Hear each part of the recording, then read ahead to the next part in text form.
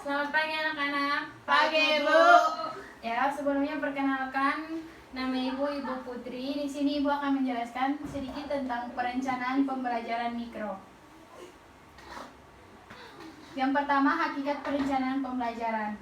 Pengertian perencanaan. Perencanaan dapat diartikan sebagai proses penyusunan berbagai keputusan yang akan dilaksanakan pada masa yang akan datang untuk mencapai tujuan yang ditentukan. Hal ini telah diungkapkan oleh Gafar tahun 1987.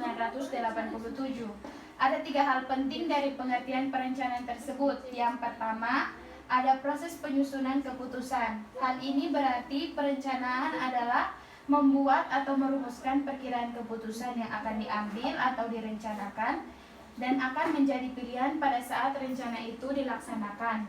Yang kedua, pelaksanaan kegiatan yang akan datang. Artinya proses penyusunan kegiatan yang akan dilakukan, bentuk dan jenis keputusan yang akan ditetapkan, semuanya baru pada tahap dugaan yang didasarkan pada beberapa pertimbangan teori maupun praktis serta pengalaman yang sudah berlalu. Yang ketiga, untuk mencapai tujuan, yaitu sasaran akhir dari penetapan bentuk keputusan yang akan diambil atau penetapan kegiatan yang dilakukan dalam suatu rencana, semuanya diarahkan untuk mencapai tujuan. Yang kedua, unsur-unsur perencanaan pembelajaran. Nah, di sini ada pun unsur-unsur pokok pembelajaran yang terdiri dari 4. Yang pertama ada tujuan, yang kedua ada isi atau materi, yang ketiga ada metode atau proses, dan yang keempat ada evaluasi atau penilaian. Keempat unsur ini satu dengan yang lain ini saling berkait sehingga dikatakan sebagai sebuah sistem. Yang pertama di sini tujuan pembelajaran. Tujuan pembelajaran adalah sesuatu yang ingin dicapai dalam kegiatan pembelajaran, yaitu gambaran perubahan perilaku siswa ke arah yang positif, meski meliputi segi pengetahuan, keterampilan maupun sikap. Yang kedua, isu pembelajaran. Materi harus direncanakan atau dikembangkan sesuai dengan tujuan pembelajaran yang ingin dicapai. Materi pembelajaran harus disusun secara sistematik berdasarkan sekuensinya dan diorientasikan pada upaya mencapai tujuan tertentu. Pengembangan materi pembelajaran tidak cukup mengandalkan pada buku teks saja, akan tetapi kita sebagai seorang guru harus mencari sumber yang relevan seperti majalah, jurnal, laporan, hasil penelitian, ataupun akses internet. Nah, di sini menurut Hilda Taba, ia menjelaskan kriteria dalam merumuskan dan mengembangkan bahan pembelajaran, yaitu yang pertama, bahan ajar itu harus sahih atau valid. Yang kedua, bahan harus relevan dengan sosial siswa. Yang ketiga, bahan harus mengandung keseimbangan antara kedalaman dan keluasan. Dan yang keempat, bahan pelajaran harus mencakup berbagai ragam tujuan, pengetahuan, keterampilan, dan sikap. Yang ketiga, kegiatan pembelajaran dalam merumuskan kegiatan pembelajaran harus menggambarkan aktivitas siswa yang tinggi. Dalam proses pembelajaran yang belajar itu, siswa, sedangkan guru bertindak sebagai fasilitator.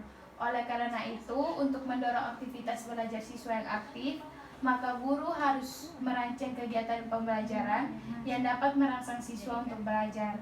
Secara tersurat dalam PP nomor 19 tahun 2005, dijelaskan bahwa proses pembelajaran harus dilaksanakan secara interaktif, inspiratif, menyenangkan, menantang, memotivasi peserta didik untuk berpartisipasi aktif, mengembangkan prakarsa, kreativitas, serta kemandirian. Nah, dengan bersumber pada ketentuan dalam PP tersebut di atas, secara operasional dalam mengembangkan kegiatan pembelajaran, guru harus memperhatikan beberapa pertimbangan. Yang pertama, seperti kegiatan pembelajaran harus berorientasi pada pencapaian tujuan atau kompetensi dan indikator pembelajaran yang telah ditetapkan. Yang kedua, kegiatan pembelajaran harus direncanakan dengan menitik beratkan pada kegiatan siswa dalam berinteraksi dengan lingkungan pembelajaran. Yang ketiga, kegiatan pembelajaran harus efektif dan efisien. Yang keempat, kegiatan pembelajaran harus fleksibel. Yang kelima, kegiatan pembelajaran harus disesuaikan dengan kemampuan siswa. Yang keenam, kegiatan pembelajaran yang dikembangkan harus memperhatikan sarana atau fasilitas yang tersedia untuk mendukung terjadinya proses pembelajaran yang maksimal. Dan yang terakhir, kegiatan pembelajaran harus dapat mengembangkan kemampuan siswa dari segi pengetahuan, keterampilan, maupun sikap. Nah, yang berikut ini evaluasi. Penilaian dalam pembelajaran yang dimaksud untuk mengetahui efektivitas proses dan hasil pembelajaran. Oleh karena itu, pengembangan evaluasi pembelajaran meliputi dua hal. Yang pertama, prosedur penilaian, yaitu tahap atau kegiatan penilaian selama proses pembelajaran. Hal ini meliputi sebagai yang pertama, penilaian awal atau pretest. Yang kedua, penilaian proses, yaitu penilaian selama kegiatan pembelajaran sedang berlangsung. Dan yang ketiga, penilaian akhir pembelajaran atau post-test. Yang kedua, jenis evaluasi yang dikembangkan. Apakah yang pertama itu lisan, tulisan, tindakan, maupun portofolio atau jenis penilaian lainnya. Evaluasi dalam pembelajaran ini juga berfungsi sebagai alat diagnosis belajar siswa, yaitu untuk mengetahui kesulitan atau hambatan yang dihadapi siswa dalam mengikuti proses pembelajaran yang sedang berlangsung. Dari hasil diagnosis dapat dijadikan dasar atau masukan tindak lanjut untuk kepentingan bimbingan, perbaikan, maupun remedial. Nah, adapun secara khusus dan praktis dalam mengembangkan alat penilaian pembelajaran, guru hendaknya memperhatikan sejumlah kriteria seperti evaluasi harus berorientasi pada tujuan pembelajaran, evaluasi harus berdasarkan pada pengembangan kegiatan pembelajaran, evaluasi harus memperhatikan waktu yang tersedia, evaluasi harus memungkinkan ada kegiatan tindak lanjut, evaluasi harus memberikan umpan balik, dan yang terakhir, evaluasi harus berdasarkan pada bahasan materi. Nah, yang berikut, tujuan dan manfaat perencanaan pembelajaran. Tujuan dan manfaat pembelajaran antara lain yang pertama, sebagai landasan pokok bagi guru dan siswa dalam mencapai kompetensi dasar dan indikator yang telah ditetapkan. Yang kedua, memberi gambaran mengenai acuan kerja jangka pendek. Yang ketiga, pembelajaran diarahkan untuk kepentingan siswa, yaitu untuk terjadinya perubahan perilaku siswa. Dengan demikian, melalui perencanaan pembelajaran akan memberikan dampak positif terhadap perkembangan setiap individu siswa. Dan yang keempat, karena dirancang secara matang sebelum pembelajaran, berakibat terhadap nuturan efek. Melalui perencanaan yang dibuat secara matang dan komprehensif, selain akan memberikan gambaran nyata aktivitas dan sasaran atau tujuan yang harus dicapai, juga akan berdampak pada pencapaian unsur-unsur lain yang tidak termasuk ke dalam rencana. Yang berikut, prinsip-prinsip perencanaan pembelajaran. Prinsip perencanaan pembelajaran adalah merupakan ketentuan pokok yang menjadi dasar atau kaidah yang harus dijadikan dasar pemikiran ketika mengembangkan perencanaan pembelajaran. Next. Yang berikut ini ciri-ciri umum atau karakteristik yang harus diperhatikan dalam mengembangkan perencanaan pembelajaran. Yang pertama, harus memperhatikan karakteristik siswa. Tujuan pembelajaran adalah untuk perubahan perilaku siswa. Dengan demikian, perencanaan pembelajaran orientasinya harus untuk kepentingan siswa sebagai pembelajar. Maka dari itu, kita harus memperhatikan kondisi yang ada di dalam diri siswa dan kondisi yang ada di luar diri siswa. Yang berikut, yang kedua, berorientasi pada kurikulum yang berlaku. Perencanaan yang dikembangkan oleh guru seperti dalam bentuk silabus maupun dalam bentuk rencana pelaksanaan pembelajaran atau RPP harus disusun dan dikembangkan mengacu pada kurikulum yang berlaku. Yang ketiga, urutan kegiatan pembelajaran dikembangkan secara sistematis dengan mempertimbangkan urutan dari yang mudah menuju ke lebih sulit, dari yang bersifat sederhana menuju ke yang lebih kompleks. Yang keempat, lengkapi perencanaan pembelajaran dengan lembar kerja dan lembar tugas atau instrumen pembelajaran lain yang sesuai dengan kebutuhan dan pembelajaran yang dilakukan. Yang kelima, Perencanaan pembelajaran harus bersifat fleksibel, artinya luas agar memungkinkan dilakukan penyesuaian sesuai dengan situasi atau kondisi yang sedang berkembang. Yang keenam, berdasarkan pendekatan sistem. Artinya setiap unsur perencanaan pembelajaran yang dikembangkan harus merupakan suatu kesatuan yang utuh, terpadu dan saling mempengaruhi dan memiliki ketergantungan. Nah, yang berikut dalam mengembangkan LPP yang dibuat oleh guru, selain mempertimbangkan beberapa kriteria yang dikemukakan tadi, kita harus memperhatikan beberapa prinsip. Yang pertama, spesifik, yaitu memenuhi unsur kekhususan menyangkut dengan perumusan setiap unsur pembelajaran. Yang kedua, operasional. Operasionalisasi ini terutama berkaitan dengan perilaku yang harus dicapai atau ingin diubah dan dikembangkan. Yang ketiga, sistematis, yaitu setiap perencanaan pembelajaran harus disusun secara logis dan sistematis. Logis bahwa perencanaan pembelajaran harus dikembangkan sesuai dengan fungsi sebagai perencanaan pembelajaran dengan mengikuti pedoman umum rencana pembelajaran. Yang keempat, jangka pendek. Perencanaan pembelajaran adalah pedoman operasional bagi guru dalam melaksanakan setiap proses pembelajaran. Pembelajaran bersifat situasional, sehingga apa yang terjadi saat ini belum tentu sesuai dengan kondisi besok ataupun lusa.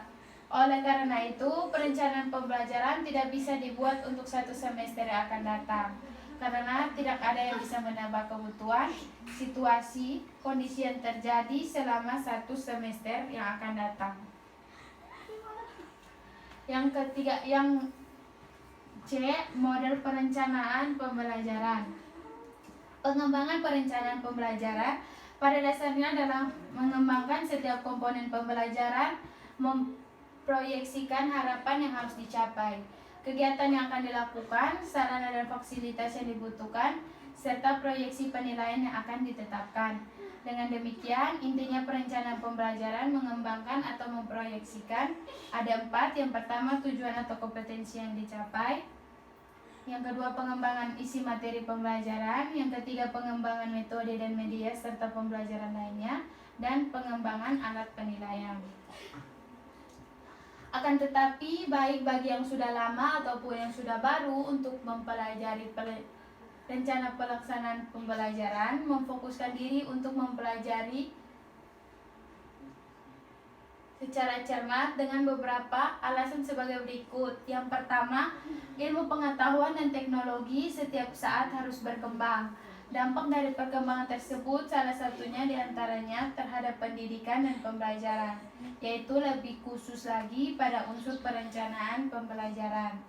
Yang kedua, dengan pola manajemen baru dalam pengelolaan pendidikan, terutama dengan diterapkannya kebijakan pengembangan kurikulum yang berbasis pada satuan pendidikan atau KTS, maka otonomi pengembangan program rencana pelaksanaan pembelajaran menjadi lebih terbuka dan menjadi keniscayaan. Oleh karena dua alasan tersebut di atas, maka melakukan proses pembelajaran secara terus-menerus terhadap sesuatu yang sudah menjadi garapan harus menjadi kebutuhan. Dengan demikian, kemampuan yang sudah dimiliki akan semakin terasa dan akan menuju pada kesempurnaan. Dalam Peraturan Pemerintah Nomor 19 Tahun 2005 tentang Standar Nasional Pendidikan dijelaskan, setiap satuan pendidikan melakukan proses perencanaan pembelajaran, pelaksanaan proses pembelajaran, penilaian hasil pembelajaran, dan pengawasan proses pembelajaran untuk terlaksananya proses pembelajaran yang efektif dan efisien. Next. Nah, langkah-langkah pengembangan rencana pelaksanaan pembelajaran. Tahap-tahap kegiatan pengembangan rencana pelaksanaan pembelajaran adalah merupakan suatu proses atau prosedur kerja yang harus dilakukan oleh calon guru atau yang sudah menyandang profesi guru ketika perencanaan pembelajaran. Dalam merumuskan rencana pelaksanaan pembelajaran, selain harus memperhatikan tahap-tahap atau langkah-langkah kerja operasional yang telah ditetapkan, juga yang lebih penting adalah ketika mengembangkan setiap komponen rencana pelaksanaan pembelajaran tersebut harus didasarkan pada sumber rujukan yang jelas, akurat, dan dapat dipertanggungjawabkan. Next. Yang berikut prosedur penyusunan rencana pelaksanaan. Yang pertama, menuliskan identitas mata pelajaran kurikulum atau silabus pembelajaran. Yang kedua, menuliskan standar kompetensi dan kompetensi dasar kurikulum atau silabus pembelajaran. Yang ketiga, merumuskan indikator pembelajaran standar kompetensi dan rumusan kompetensi dasar. Yang keempat, merumuskan tujuan pembelajaran kompetensi dasar dan indikator. Yang kelima, menentukan materi pembelajaran indikator, buku teks, dan sumber lainnya. Yang keenam, merumuskan kegiatan pembelajaran, kompetensi dasar, indikator, tujuan, dan metode.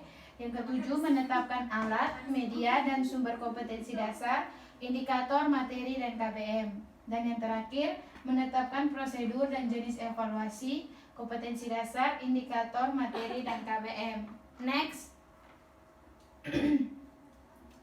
Nah, yang pertama, langkah pertama menetapkan identitas mata pelajaran. Maksud dari menetapkan nama mata pelajaran tersebut yaitu pada tahap pertama menyusun rencana pelaksanaan pembelajaran atau RPP adalah menuliskan nama mata pelajaran sesuai dengan mata pelajaran yang akan diajarkan. Langkah kedua yaitu menetapkan standar kompetensi atau SK dan kompetensi dasar KD. SK dan KD tidak dirumuskan oleh guru karena sudah dirumuskan oleh pemerintah secara nasional.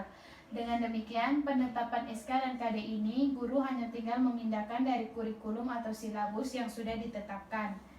Langkah ketiga, merumuskan indikator pembelajaran. Indikator adalah rumusan kualifikasi kemampuan yang spesifik yang harus dicapai siswa baik pengetahuan, sikap, dan keterampilan setelah menyelesaikan setiap unit kegiatan pembelajaran. Indikator merupakan penjabaran lebih lanjut dari kompetensi dasar dan oleh karenanya indikator rumusan sangat spesifik dan operasional. Langkah keempat, merumuskan tujuan pembelajaran yaitu rumusan operasional, kualifikasi hasil belajar yang harus dicapai siswa sebagai penjabaran yang lebih spesifik dari indikator pembelajaran. Yang kelima, menetapkan materi pembelajaran, yaitu mengembangkan materi yang harus diajarkan sesuai dengan kompetensi dasar dan indikator yang telah ditetapkan. Dalam mengembangkan materi pembelajaran harus memperhatikan indikator dan kompetensi dasar. Pengembangan materi pembelajaran tidak hanya terfokus pada buku teks dari setiap mata pelajaran saja, akan tetapi guru harus mencari, mengembangkan, dan menggunakan sumber-sumber pembelajaran lain yang lebih luas dan bervariasi. Langkah keenam, menetapkan kegiatan pembelajaran, yaitu merumuskan kegiatan-kegiatan atau pengalaman pembelajaran yang akan dilakukan oleh guru dan siswa dan siswa tujuan yang telah ditetapkan. Dalam mengembangkan rencana kegiatan pembelajaran harus memperhatikan indikator, materi pembelajaran, dan metode pembelajaran yang digunakan. Langkah ketujuh, menentukan alat, media, dan sumber rujukan, yaitu menentukan alat atau media pembelajaran yang akan digunakan untuk mendukung terjadinya proses pembelajaran secara efektif dan efisien. Yang langkah ke-8, menentukan prosedur dari jenis evaluasi atau penilaian, yaitu merumuskan prosedur penilaian, misalnya apakah mencakup penilaian pretest, proses, atau post-test. Demikian juga bentuk dan jenis alat yang telah dikembangkan, apakah dalam bentuk lisan, tulisan, atau tindakan. Jika tulisan, apakah jenisnya esai, objektif, atau jenis yang lain. Penilaian dalam pembelajaran memiliki fungsi antara lain untuk mengetahui tingkat keberhasilan pembelajaran yang telah dilakukan. Indikator keberhasilan proses pembelajaran yaitu terjadinya proses perubahan perilaku pada diri siswa. Oleh karena itu, dalam mengembangkan alat penilaian yang harus menjadi acuan utama adalah indikator dan tujuan pembelajaran yang telah dirumuskan. Selain itu, kemudian memperhatikan karakteristik materi dan karakteristik siswa sebagai peserta belajar. Sekian dari saya, terima kasih.